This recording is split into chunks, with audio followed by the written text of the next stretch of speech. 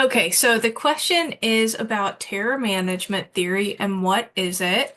And the answer is concerns about mortality. So I just always memorize it like terror of death, terror management, terror of death. So there you go. Can memorize that.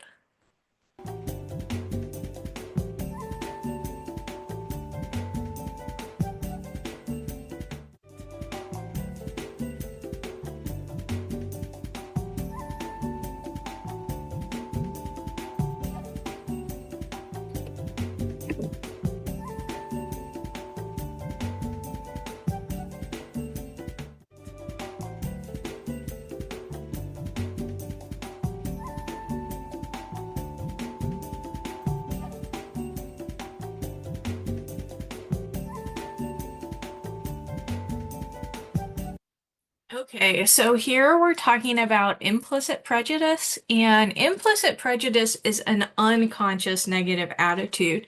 So implicit bias could be like you accidentally have some racist thoughts and you didn't even know it and you didn't even intend it. That's implicit bias. Explicit bias is you consciously have these thoughts or it's your like expressed belief. So definitely know the difference between implicit and explicit bias on the test. Um, yeah, that's pretty much all there is to say about that.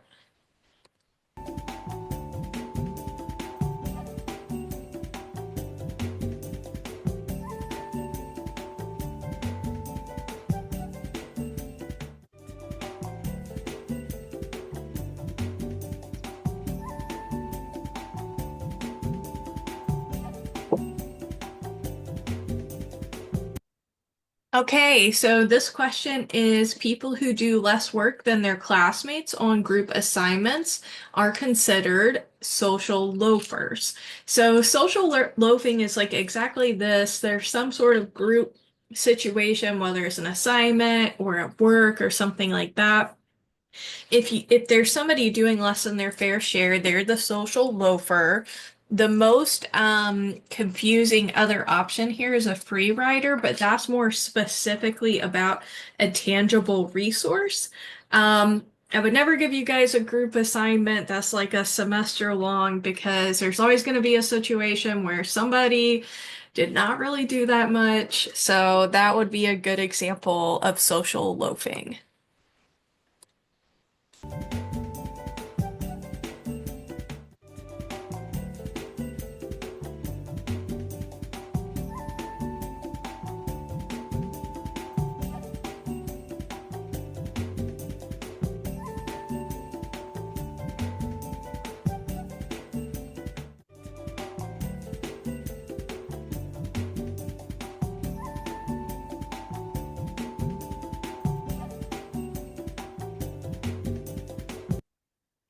Okay, so de-individuation is when you lose your sense of self in a group or a crowd.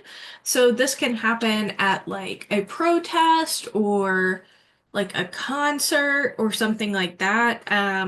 There was a religious sect in like maybe the 1600s that they would get in like a dancing fever, but then like people would like pass out and it was really weird. That's de-individuation. Another very sad example is I was telling a class about this morning, but there was an Astroworld concert a few years ago, and people got lost in the crowd in de-individuation, and they trampled some people, and a few people died. So that's de-individuation. So it's basically just losing your sense of self in a crowd.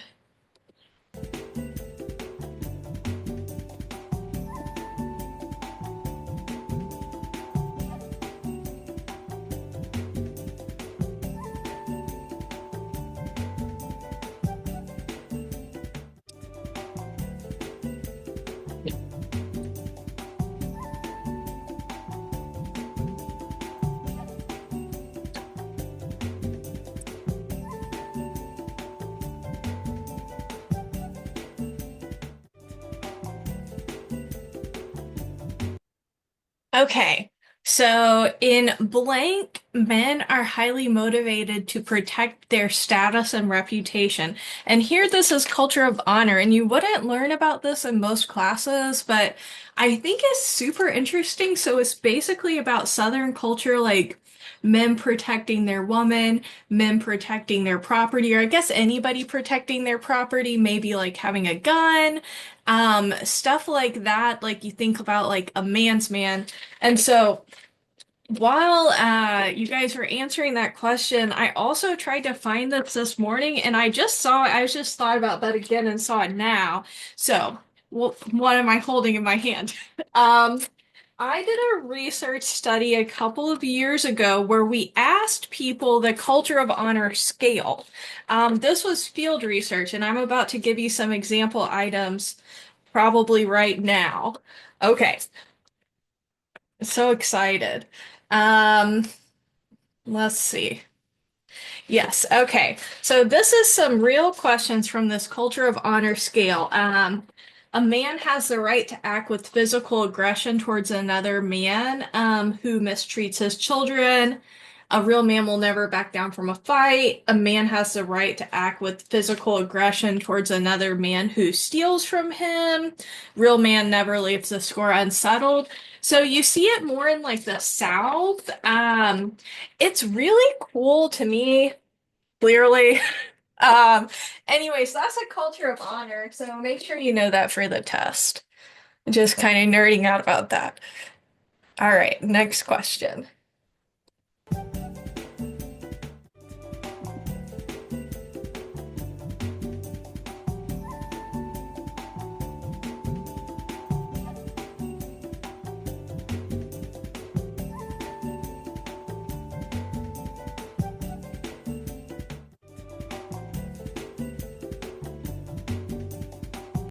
Okay, perfect. That's awesome that you guys all got this right. So, this question is about social facilitation theory.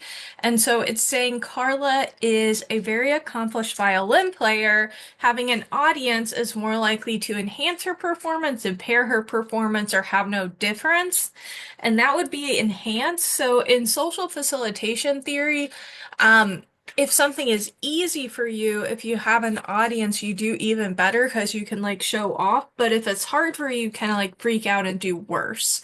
Um, Pretty sure that's on the test. There is an example in the lecture where they did this really cool study with cockroaches where they had like a little cockroach amphitheater and had them do easy or hard tasks. Is it really that would it replicate? Debatable. But it's a really cool example of it. So make sure you know that for the test.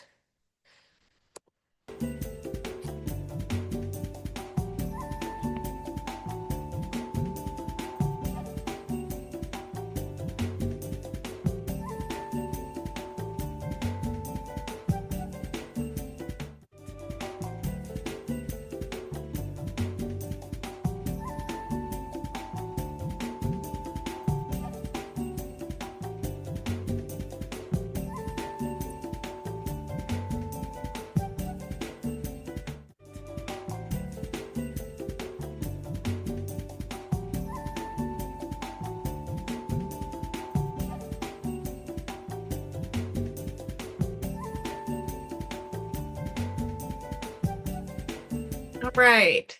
So what even is the IAT, the implicit association test? This is not really covered much in lecture or maybe at all, so I wanted to cover it on this video because, or this review session for those who are here, because everybody has access to watch that, and sometimes it doesn't get that many views, the review video, which I think is weird because it could have test questions. So when I try to explain the IAT, the implicit association test, I think I get like really wordy and it doesn't make sense. So I'm going to show a short video and you should be able to hear the audio, but I'll make sure. So now you actually can, you may want to look at the shared screen. So I'm going to make sure about the audio. Implicit association test, or IAT. And a classic version of the Can y'all hear that? Yes. Okay, cool. IAT, research participants are asked to make two types of judgments. The first is whether a face they see on the computer screen is that of a black person or a white person. And the second is whether a word they see on the screen is a good word or a bad word. A good word would be like love, joy, or honest. And a bad word would be like poison, agony, detest. The trials with the faces, black or white, are intermixed with the trials with the words, good or bad. And participants must use the same two keys on the computer for both judgments. So in one part of the test, participants will use one key to indicate black if a black face is shown, and use that same key to indicate good if a good word is shown. Then a different key will be used for white for face trials and bad for word trials. In a different part of the test, things are arranged differently. Now, participants use one key to indicate black and bad, and the other key to indicate white and good. This experiment assesses how easily the participants can manage each of these links. Do they have an easier time putting white and good together, and so using the same key to indicate both, than putting white and bad together? It turns out that the second combination is easier for white participants and many African American participants as well.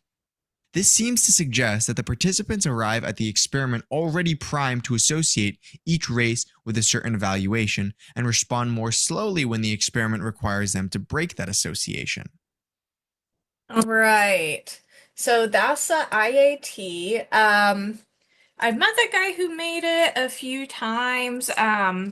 I actually applied for a job at the Open Science Center like a long time ago, before I was teaching here, which is where he works.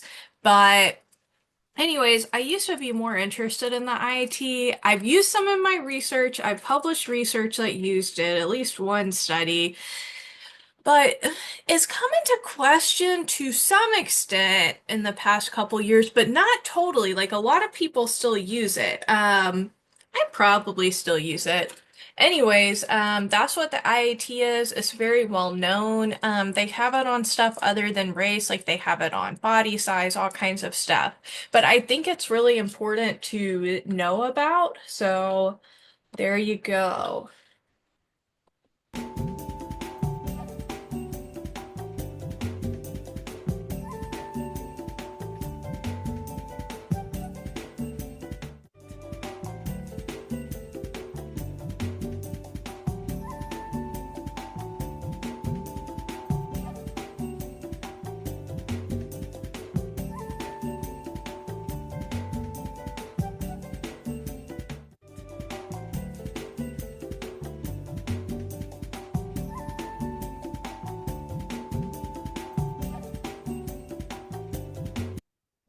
Okay, so I love to research aggressive behavior. I haven't done it in a few years. I've been thinking about like, do I want to research it again? What do I want to do?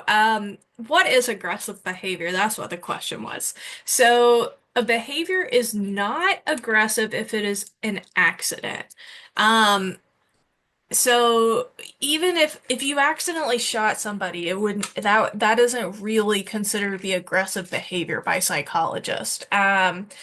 Instrumental behavior is a type of aggression.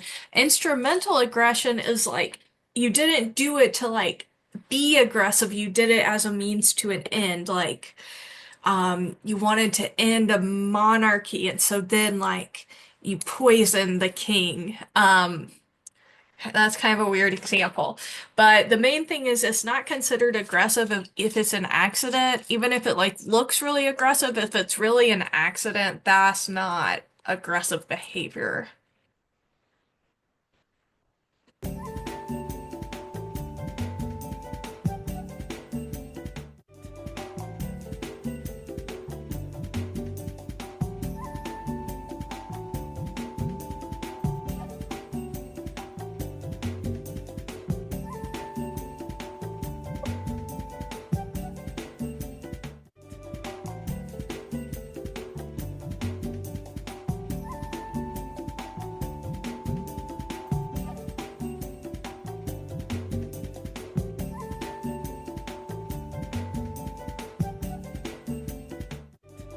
Okay, the weapons effect, I also think this is really cool.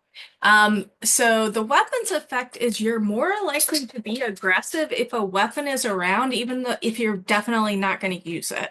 So they did this study in like the 70s where they had like a wallet in the lab on a table versus a gun, and it was a real gun.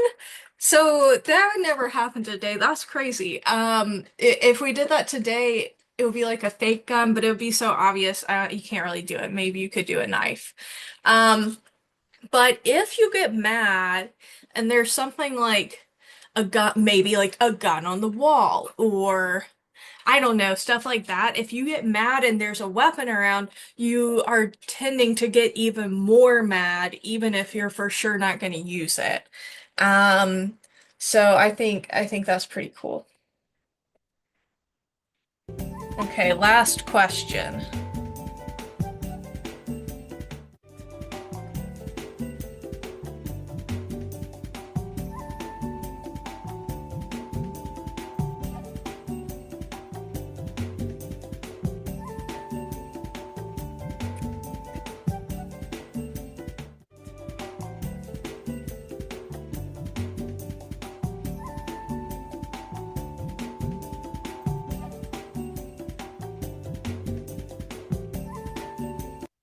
All right.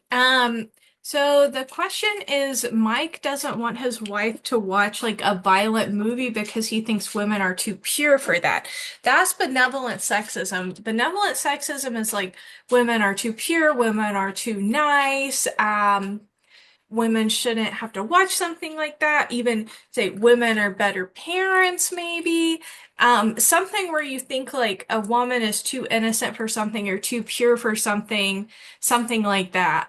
So it's not, this isn't like an all of the above type of sexism type of thing.